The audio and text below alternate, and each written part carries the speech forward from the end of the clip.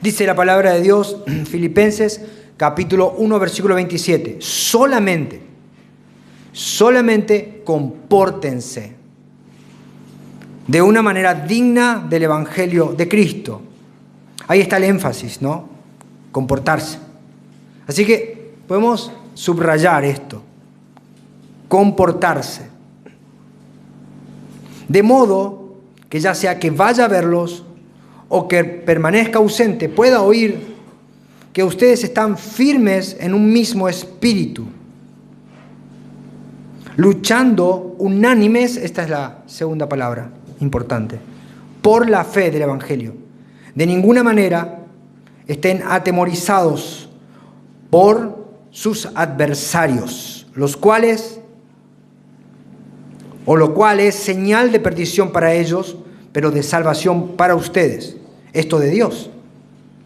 Porque a ustedes se les ha concedido, por amor de Cristo, no solamente creer en Él, sino también sufrir por Él, teniendo el mismo conflicto que vieron en mí y que ahora oyen que está en mí. Hasta ahí, vamos a orar. Señor, te damos gracias por tu palabra, te damos gracias por lo que vas a hacer en este lugar y te pedimos que tu palabra corra y sea glorificada. De ninguna manera, Señor, queremos hacer algo para buscar la gloria personal o tratar de obtener algún rédito o algún reconocimiento humano. Señor, toda la gloria es para ti.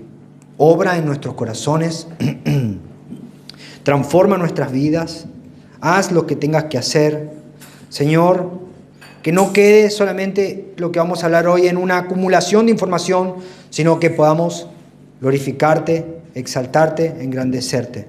Te lo pedimos todo, Señor, en el nombre de Jesús. Amén y amén. Hermanos, el teléfono descompuesto dejó de ser algo gracioso. Cuando yo era chico, en el colegio jugábamos algo que era, en ese entonces, algo muy divertido. ¿Por qué? Porque nos poníamos en una fila, un montón de chicos y chicas, y alguien en el principio decía una frase en el oído, y el otro iba y le decía en el oído, lo recuerda, ¿no? ¿Sí? ¿Lo recuerda? ¿Cuántos jugaron eso? Bueno, si no nos poníamos a jugar ya, ¿no? Bueno, ok. Era muy, muy divertido. ¿Por qué? Porque alguien tenía que tratar de escuchar qué era lo que se decía y le decía al otro. Y esto, cuando terminaba el juego, el último tenía que decir qué era lo que había escuchado. Y el mensaje era una distorsión total y eso era muy divertido y todos nos reíamos. Qué gracioso es no entendernos entre nosotros. ¡Wow! Pero con el paso del tiempo uno madura y entiende que no es tan divertido no comprender lo que otro que está al lado le está tratando de decir. Los que estamos casados podemos dar testimonio de eso. Bien, hermano. Bien por ese amén valeroso. Amós, capítulo 3, versículo 3 dice, ¿andarán dos juntos si no estuvieren de acuerdo? No. La respuesta es no, es un claro no. Un rotundo no. Porque si no estamos de acuerdo, no hay nada de divertido en eso. Y fíjense, lo que vamos a ver hoy nos lleva a valorar y a entender cuán importante es tener un acuerdo o estar de acuerdo o tener un mismo sentir. Porque todos sabemos que los cristianos no creen en platos voladores, pero a veces en las casas hay. Entonces debemos tener cuidado, debemos velar por la unidad, ¿no? Y esto no solamente en el hogar, sino en la iglesia, porque es sumamente importante.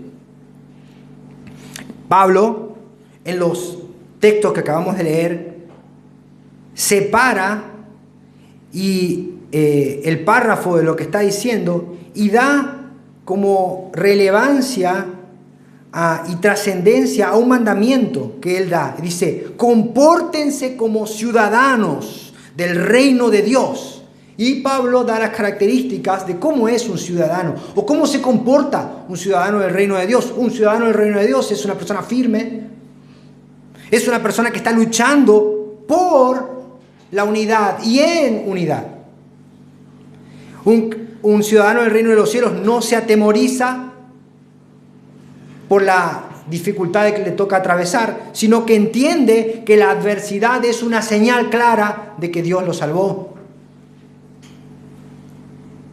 Pero también entiende que es una señal clara de que el enemigo o las personas que lo están atacando no son salvos. El ciudadano del reino de Dios entiende que el sufrimiento es un privilegio que se le ha concedido. Y todo esto es ¿para qué? Para dar un buen testimonio. Si uno se comporta como un ciudadano del reino de los cielos, va a dar un buen testimonio. Entonces Pablo dice, pueda ser que cuando yo oiga de ustedes, escuche que están firmes en un mismo espíritu, en unidad. Miren qué impresionante que es esto. Pablo había orado y estaba convencido de que él iba a salir de prisión y se iba a encontrar nuevamente con los filipenses. Iban a tener una reunión de oración, él iba a compartir la palabra, iban a comer un asado filipense muy rico, no sé si llevaba chimichurri allá en aquella época o no, ellos iban a estar contentos. Pero eso no iba a ser de inmediato.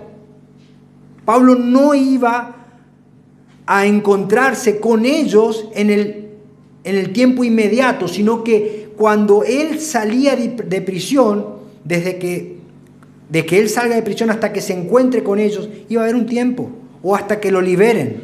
Fíjense lo que decía Pablo, estoy convencido, Filipenses capítulo 1, 24 al 26, estoy convencido de esto, sé que permaneceré y continuaré con todos ustedes para contribuir a su jubiloso avance en la fe. Así que cuando yo vuelva, él decía, me voy a reunir con ustedes, su satisfacción en Cristo Jesús abundará por causa mía. Así que Pablo decía, yo estoy seguro de que me voy a volver a ver con ustedes, pero esto va a demorar un tiempo. Y como yo no voy a estar con ustedes, como el preceptor que andaba en el colegio mirando quién se escapaba del aula, ¿no? Nosotros tenemos una preceptora acá, nos enteramos hace un par de días. Y los preceptores tienen un porte, ¿no? Claro, sí. Te mira y dice, ¿qué estás haciendo vos acá? Son 5 amonestaciones. Y uno está en como una incomodidad porque tiene miedo al preceptor. Todos recordamos aquel ser oscuro. Pablo no iba a estar ahí para guardar el orden. Así que le decía, yo no voy a estar, pero ustedes tienen que comportarse de una manera digna. ¿Recuerdan ese momento en que el profesor decía, chicos, me voy media hora? No quiero que me llamen de dirección para decirme que ustedes están tirando la escuela abajo. ¿Y qué pasaba? Llamaban de dirección para decir que la escuela se estaba cayendo, porque no estaba la autoridad. Pero Pablo, además de decirle, ustedes compórtense de una manera digna, aunque yo no esté allí, él también sabía que estaban sufriendo persecución. Los filipenses estaban siendo atacados por el entorno y tenían conflictos y la gente los perseguía por creer en Cristo, ¿no? Así que Pablo llama a los filipenses y ora por ellos para que crezcan en amor. Y les dice, compórtense de una manera digna de la ciudadanía del reino de Dios. Esta palabra, compórtense, es una palabra muy importante en nuestro texto. Y la palabra griega significa ser ciudadano. Y metafóricamente se usa para significar la conducta característica de un ciudadano. Un argentino anda por el mundo y es reconocido ¿por qué? Porque anda con el mate. Esa es una característica. Ese es un argentino. Es un fanático por el fútbol. se pelea por la política, está en desacuerdo con todo, se cree mejor que todo el mundo. Un argentino, clásico, ¿no? Pero Pablo dice, ustedes compórtense de una manera digna, no de el común o de la cultura que absorbemos, sino que compórtense como algo que es mucho más trascendente y más importante. Compórtense como ciudadanos del reino de Dios, del Evangelio de Cristo. La ciudad de Filipo estaba formada en su mayoría por soldados que se habían retirado de las fuerzas militares y el imperio le había concedido un lugar para que puedan vivir de acuerdo al trabajo o al servicio que habían prestado. Entonces Filipos era una ciudad de soldados, de excombatientes del imperio. Y ellos tenían la ciudadanía. Y en ese momento ser ciudadano romano era muy importante, ya que si uno era ciudadano romano tenía derechos que otros nunca tendrían. Cuando Pablo le dice que se comporten como ciudadanos de un imperio que es más importante que el imperio romano, le está diciendo, tiene que haber una característica en ustedes que los distinga de todo lo demás. Ellos estaban contentos, ellos estaban muy felices de ser ciudadanos romanos. Y eso los hacía sentir orgullosos. Pero Pablo decía, hay algo más importante que la ciudadanía de Roma. Hay algo más importante que ser ciudadano americano. Hay algo más importante que eso, que es tener una ciudadanía o una visa en USA. Pablo le dice en Filipenses capítulo 3 versículo 20, dice, porque vuestra ciudadanía no está aquí. Vuestra ciudadanía no es del este, del oeste, del norte, del sur. Vuestra ciudadanía está en los cielos, de donde también ansiosamente esperamos a un Salvador, el Señor Jesucristo. Pablo define la conducta y característica de un ciudadano que está en el reino de Dios como aquella persona que está firme y constante peleando por el avance del Evangelio, pero no pelea desordenado, sino que pelea en unidad y por la unidad. El ciudadano del reino de Dios se puede reconocer porque está dispuesto a guardar la unidad. Y la unidad debe ser guardada dentro de la iglesia para que esté firme. La unidad debe ser también la manera en que la iglesia avance contra los ataques del enemigo. Y una iglesia puede medirse y puede hacerse un testeo de cuán fuerte es de acuerdo a la unidad que tengan los miembros de ella entre sí. ¿Usted quiere saber cuán fuerte es una iglesia? La iglesia es tan fuerte según sea la unidad que tengan los miembros entre sí. Así de fuerte es la iglesia. No importa cuántos miembros tenga. ¿Sabe? La iglesia es invencible. La iglesia va a permanecer. Nunca va a ser destruida. La iglesia vencerá a todo enemigo que se levante contra ella. Y eso el enemigo lo sabe. El enemigo sabe perfectamente que las puertas del infierno no prevalecerán contra la iglesia.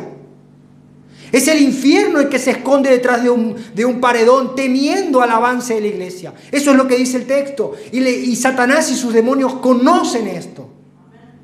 Y como saben que la iglesia y el avance de la iglesia no podrá ser detenido por nada, porque es Dios el que la impulsa. El enemigo sabe que no va a poder resistir. Entonces, ¿qué hace el enemigo? El enemigo trata de infiltrar dentro de la iglesia a falsos maestros para destruirla, dividirla y desalentarla. Hechos capítulo 20, versículo 29, Pablo está hablando y le dice: sé que después de mi partida vendrán lobos feroces. Y fíjense, ¿qué van a hacer los lobos? Dice, van a estar entre ustedes y no perdonarán al rebaño. El enemigo sabe que no puede sostener mucho tiempo un ataque frontal en contra de la iglesia. Así que como sabe que no puede resistir, trata de infiltrar, como en esas películas de espionaje, trata de infiltrar a falsos maestros para que una vez que estén adentro, ellos destruyan a la iglesia, dividan a la iglesia. Por eso Pablo, nuevamente a los filipenses, más adelante le dice en Filipenses 3, versículo 2, dice: cuídense de esos perros. Cuídense de los malos obreros. Cuídense de la falsa circuncisión. Estos enemigos de Cristo vienen enviados por Satanás y tratan de ganarse una reputación dentro de la congregación. Y cuando lo logran, la despedazan causando divisiones. Así actúa Satanás. Este es el obrar del diablo. Es por eso que la iglesia debe orar por aquellas personas que están sirviendo en los ministerios públicos. Y sobre todo por el carácter de esas personas. ¿Por qué? Porque nosotros a veces nos apuramos, decía Pablo, no te apures a poner las manos sobre alguien. No seas partícipe con ellos en sus pecados. Entonces esto es muy importante. Satanás sabe que la iglesia no va a retroceder. Y si es una iglesia sana, va a tratar de infiltrar falsos obreros para causar división. Tenemos que tener mucho cuidado. Y la unidad no se logra por empatía. No se logra por las cosas que a mí me gustan o nos ponemos de acuerdo y ¿qué hacemos? Vamos a comer un asado. Bueno, ahora sí podemos hacer una iglesia porque a todos nos gusta el asado y rechazamos a todo espíritu de veganismo que venga a querer molestarnos. No es así. La unidad de la iglesia se logra a través de tener una unidad doctrinal. Tenemos que tener las cuentas claras, hermanos. Debe haber una confesión de fe en la iglesia que diga: a esto creemos, esto predicamos, a esto nos sujetamos y esto vamos a tratar de obedecer. No es lo que yo quiera, no es lo que a mí me guste, no es lo que a mí se me ocurra. Imagínese. No es correcto que haya iglesias que no tengan estatutos y confesiones de fe a la vista de todos los miembros. Todos tienen que tener acceso a una confesión de fe y de saber qué es lo que cree el pastor o qué es la doctrina que se va a predicar en este púlpito. Yo siempre uso el mismo ejemplo y lo voy a volver a usar. Imagínese usted que yo soy pastor, o bueno, mejor Jonah. Entonces, él es pastor y Jonah es una persona muy relevante, muy elocuente y él predica muy bien. Y un día se va de camino a la casa, se tropieza, se cae con la moto, se pega la cabeza contra el cordón. No muere, pero viene con unas nuevas ideas, revelaciones frescas, voces que escucha de parte de Dios. Entonces él dice: ahora yo siento que usted tiene que ir y vender su coche y traer y dárselo a mí que soy el pastor. Si no hay un estatuto, los hermanos van a decir: mira, es una revelación fresca. ¡Wow! Es la voz de Dios. Y si yo le doy el auto, Dios me va a dar un camión. Y si le doy el camión, Él me va a dar un avión. Y si le doy el avión, ya no sé. Pero si tenemos una confesión de fe, el pastor golpeado, vienen los hermanos en amor y le dicen, hey, escúchame, acá el estatuto dice que no hay revelación fresca y que lo único que se va a predicar acá es esto. Entonces dice, me parece que era el golpe, voy a tomar paracetamol y se le va la revelación fresca. Y se le va ese deseo de iluminación astral. Así que es importante, hermanos, debe haber un estatuto, debe haber una confesión de fe. ¿Y por qué? Porque los falsos maestros son personas muy carismáticas. Y vos lo ves y decís, güey, pero qué piadoso, pero cómo ora, pero ¿y cómo predica? ¡Ah, qué bueno! Disfrazados. Se disfrazan. Satanás no crea nada. Él no creó nada. Dios es el que crea. Satanás toma ejemplos, se disfraza, infiltra a sus enemigos para destruir la iglesia. Tenemos que tener cuidado, mucho. Y si no puede destruir la iglesia por los falsos hermanos, ¿qué hace Satanás? Siembra discordia entre los hermanos para que no tengan unidad. Pero Cristo oró, y fíjense cuál era la oración de Jesús. Oró por sus hijos. Y el énfasis y el pedido de Cristo en Juan 17:21 decía, te pido para que todos sean uno. Como tú, oh Padre, estás en mí y yo en ti, que también ellos estén en nosotros para que el mundo crea que tú me enviaste. Pablo le decía, yo quiero oír de ustedes que están unánimes, firmes, peleando por el avance del Evangelio. La unidad es determinante para estar firme y es la forma en la que Dios determinó que se extienda el reino de Dios. Y para permanecer y para vencer es necesario estar firmes y unidos. Unidos. Porque no es divertido el teléfono descompuesto. No es divertido. Ya dejó de ser gracioso. No es divertido. Estar unido es mucho más importante que venir los domingos y cantar un par de coros, escuchar las prédicas, dar para la extensión del reino de Dios. Es mucho más que eso. Pablo define a la unidad como algo que debe caracterizar a la iglesia.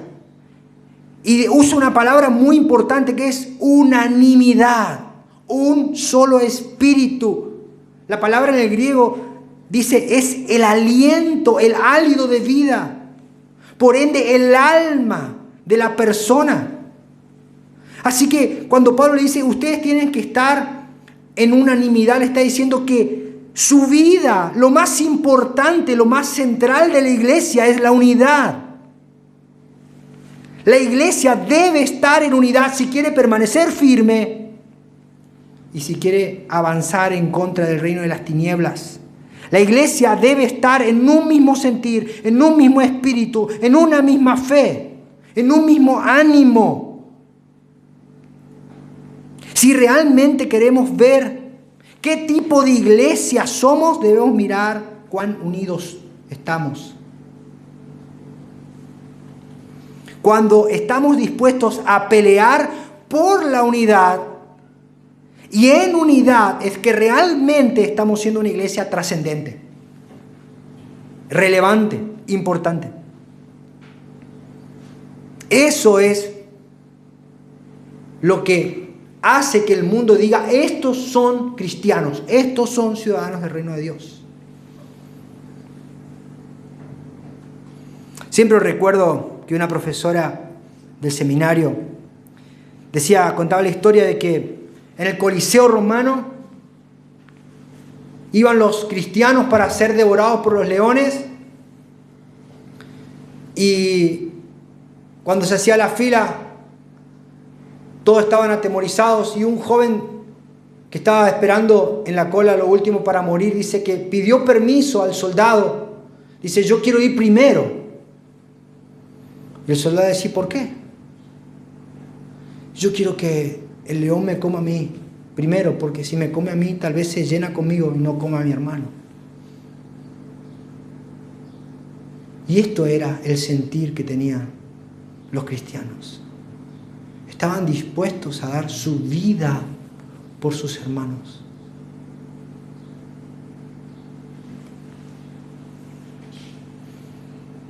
Creo que muchas veces nos desunimos como iglesia porque tenemos mala memoria. Mala memoria para recordar la historia, decía nuestro amigo Ulises, ¿no? ¿Por qué somos cristianos? Hermanos, a veces nos olvidamos por qué somos cristianos. Usted no es cristiano porque viene a la iglesia, aunque el cristiano se tiene que congregar. Usted no es cristiano porque estudia la Biblia, aunque un cristiano tiene que estudiar la Biblia. Un cristiano no es cristiano porque tiene una mejor conducta que su vecino, aunque debe tenerla. Moralmente estoy hablando. El cristiano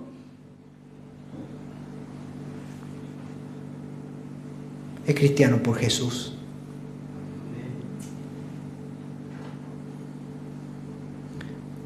Un cristiano es cristiano por Cristo. Y porque el cristiano no entiende cómo Cristo murió en la cruz por él. Cómo su pecado fue castigado en el cuerpo santo y justo del Hijo de Dios.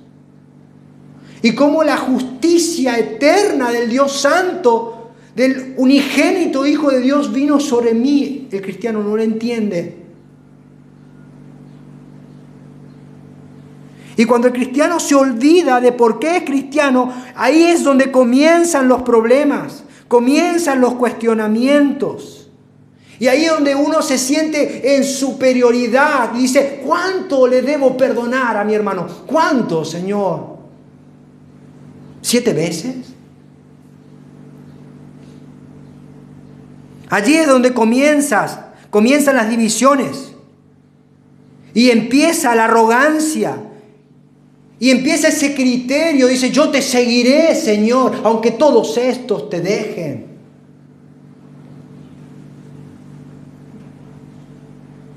Si un hombre recuerda cuánto perdón recibió y cuánta basura fue quitada de su alma, esa persona va a estar libre de arrogancia y va a estar dispuesto a perdonar a su hermano.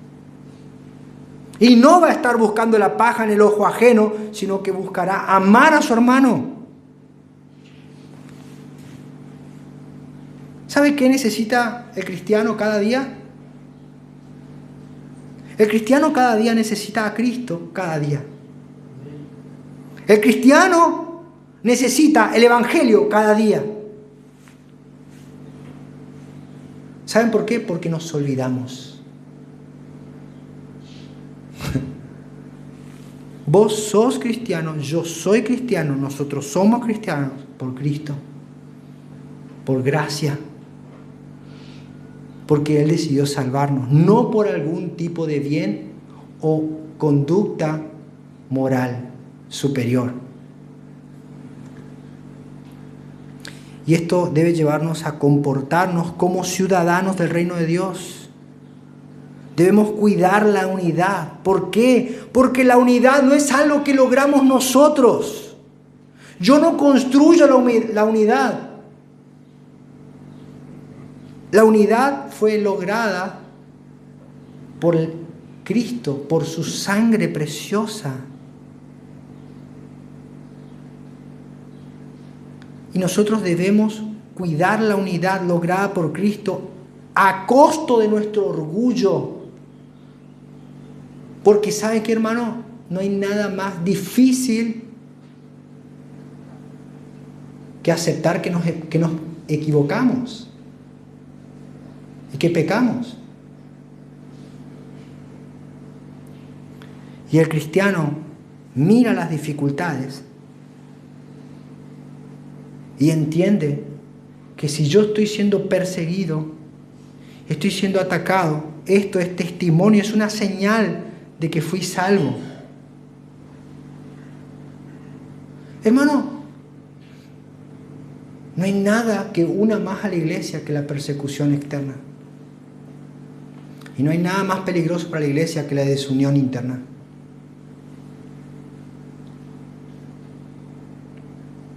Y cuando la iglesia es perseguida, en vez de estar lamentándonos, deberíamos decir: gracias, Señor, porque me das el privilegio de parecerme a ti y sufrir por causa del Evangelio. El sufrimiento en sí no es algo que a Dios le agrade, pero el sufrimiento por la causa de Cristo nos hace parecer más a nuestro Señor.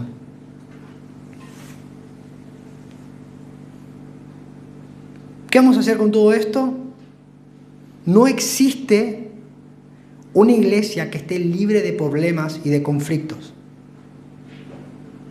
Y parecería que como que me fui del texto, ¿no?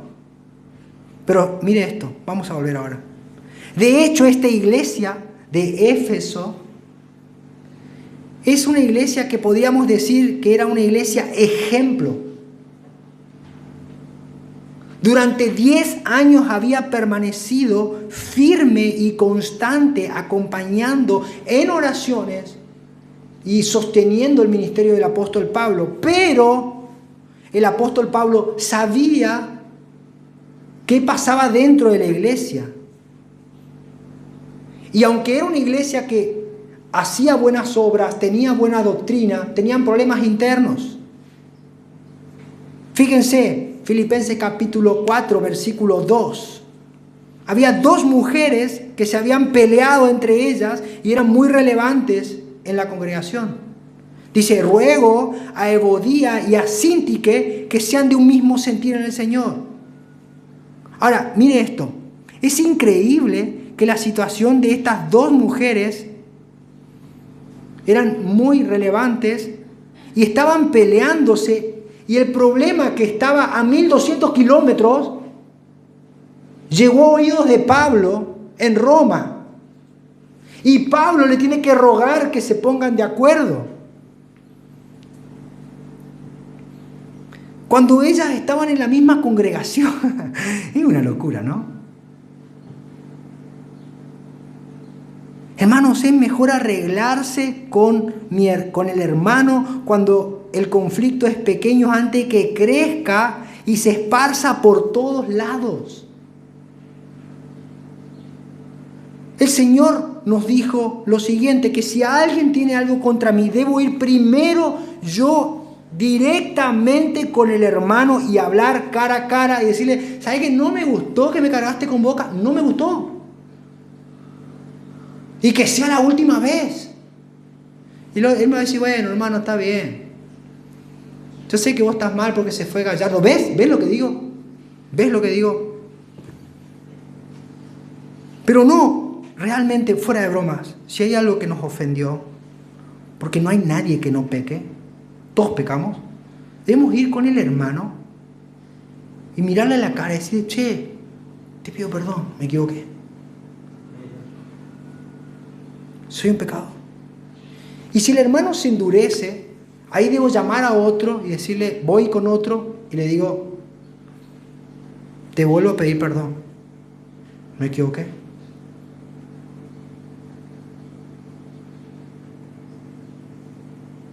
Y si el hermano no quiere, al final realmente tengo que decir: bueno, que la iglesia se entere y que tome cartas. Y al revés, si el hermano pecó contra mí, yo decir: che, esto que hiciste está mal, tenés que cambiar. Y si no hace caso, debo buscar un testigo: hey, por favor, revé tu conducta. Y si no, La iglesia tiene que tomar parte y esa persona tiene que ser disciplinada. Pero estas chicas hicieron todo mal. Pablo se enteró y estaba a 1200 kilómetros y ellas prefirieron que el mundo entero se entere, en vez de tratar de restablecer la relación rota. Y esto pasa muy común ahora, porque, fíjense, cuando yo me enojo con alguien, publico en Facebook para que todo el mundo se entere, y si se arrepiente, recién le perdono. Y esto es lo que hacen las personas inmaduras. Y los corintios hacían lo mismo. Fíjense lo que dice 1 Corintios capítulo 6. Si hay una iglesia inmadura en la Biblia, es la iglesia de Corintio, ¿no? Y fíjense lo que hacían estos muchachos. Lo mismo que Bodía y Síntique. Dice, ¿osa alguno de vosotros, cuando tiene algo contra otro, ir a juicio delante de los injustos y no delante de los santos? Hoy agarramos al Facebook y a las redes sociales como los jueces que tenemos a mano y le prendemos fuego al hermano y le decimos, juzguen ustedes lo que hizo Ebodía. Y del otro lado Sintique, mira lo que hizo. Y Pablo se enteró 1200 kilómetros.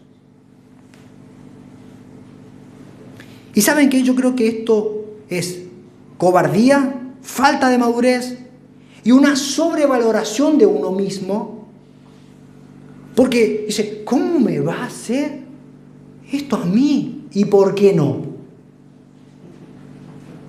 ¿Por qué no? ¿Por qué no se pueden equivocar con vos? ¿Qué sos vos de porcelana?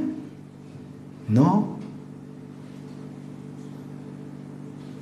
Y hay una creencia errada que nosotros creemos que venimos a la iglesia y pensamos, en la iglesia son todos buenos. Ahí nadie peca. Vienen todos vestiditos así, blancos, buenitos, y son toda gente buena y no se equivocan. ¡Ay, qué feliz que somos los cristianos!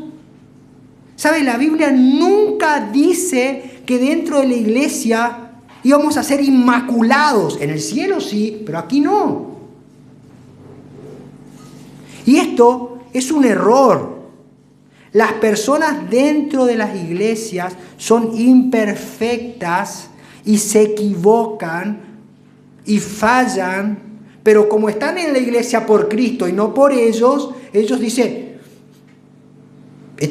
me está haciendo enojar, pero yo recuerdo que no estoy acá por mí, sino porque Jesús me perdonó. Bueno, entonces sí, me perdono.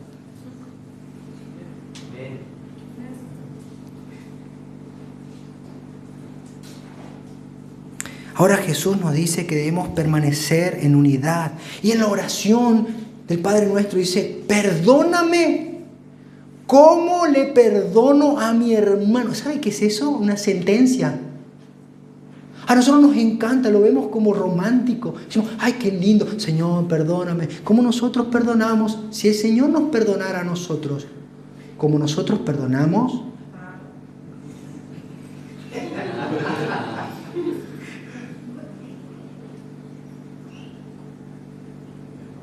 Estamos en el horno.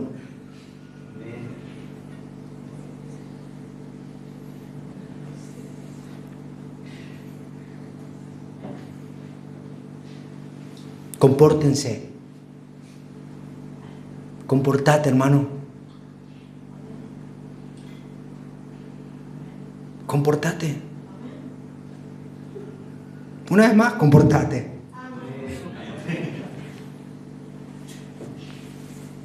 Y fíjense, Pablo le dice lo mismo a la iglesia de Éfeso, porque es un solo mensaje. Éfeso capítulo 4, versículo 1. Yo pues, preso en el Señor, os ruego que andéis como es digno de la vocación a la que fuisteis llamados,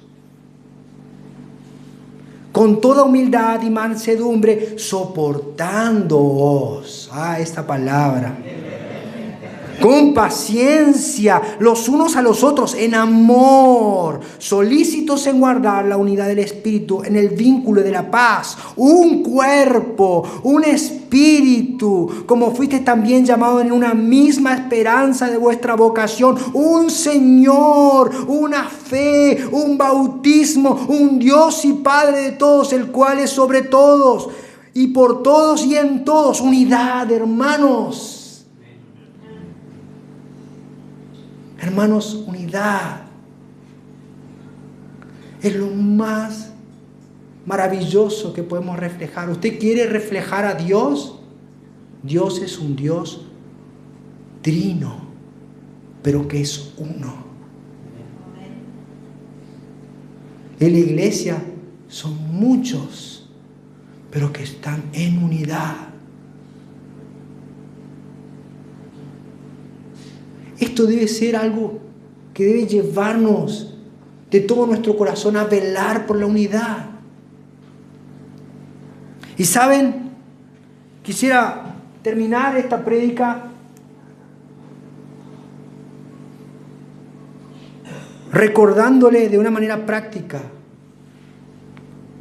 Usted es uno con su hermano por esto. Por esto. Por el cuerpo partido de Jesús y por su sangre derramada. No porque usted es bueno, de hecho no lo es. Y en la iglesia va a haber problemas. Pero hay algo mucho más importante que nuestros intereses personales. Y es que Cristo nos salvó para que seamos uno. Y al final, si nos enfocamos y permanecemos firmes, si estamos unánimes, todo el mundo va a saber que estamos obedeciendo a nuestro Dios. Dice, ya sea que vaya pronto o que tarde, cuando oiga de ustedes, escuche que ustedes están firmes y constantes en la unidad. ¿Qué le parece si nos ponemos de pie y terminamos esta prédica en oración? Y ya vamos a pasar a la cena del Señor. Señor, gracias por tu amor, por tu misericordia. Gracias, Señor, porque este pasaje que hoy podemos estudiar y ver nos muestra de la importancia y de la trascendencia que tiene la unidad. La iglesia, Señor, es un grupo de personas salvas por gracia que viven y perseveran firmes en la unidad, pero que también avanzan en unidad. Señor, ayúdanos, Señor, a reconocer nuestros errores, nuestros pecados. Ayúdanos a tomar los pasos que tú dejaste en tu palabra. Señor, ver este conflicto de dos mujeres en la palabra que se diseminó miles de kilómetros nos lleva a entender lo frágiles que somos y lo profunda que es nuestra necesidad de tener unidad. Señor, gracias porque en la iglesia somos todos pecadores, pero tú nos estás transformando, Señor, en un proceso de santificación a la imagen de tu Hijo. Gracias, Señor, porque ahora vamos a ver con mayor profundidad el valor de la unidad. Señor, obra en nosotros.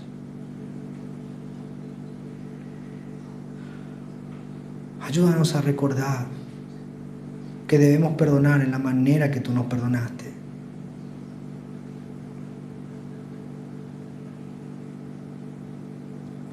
y a restablecer, Señor, nuestros vínculos entre hermanos.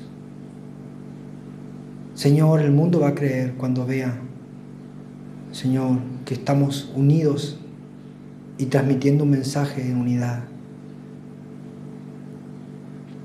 Señor, gracias por tu obra en medio nuestro. Ayúdanos a no postergar si hay algo en nuestros corazones, un conflicto contra algún hermano o lo que fuere. Ayúdanos a no postergar esto, sino ir y hablar directamente, preguntar si hay algo que está mal y que tu sangre, Señor, limpie todo conflicto.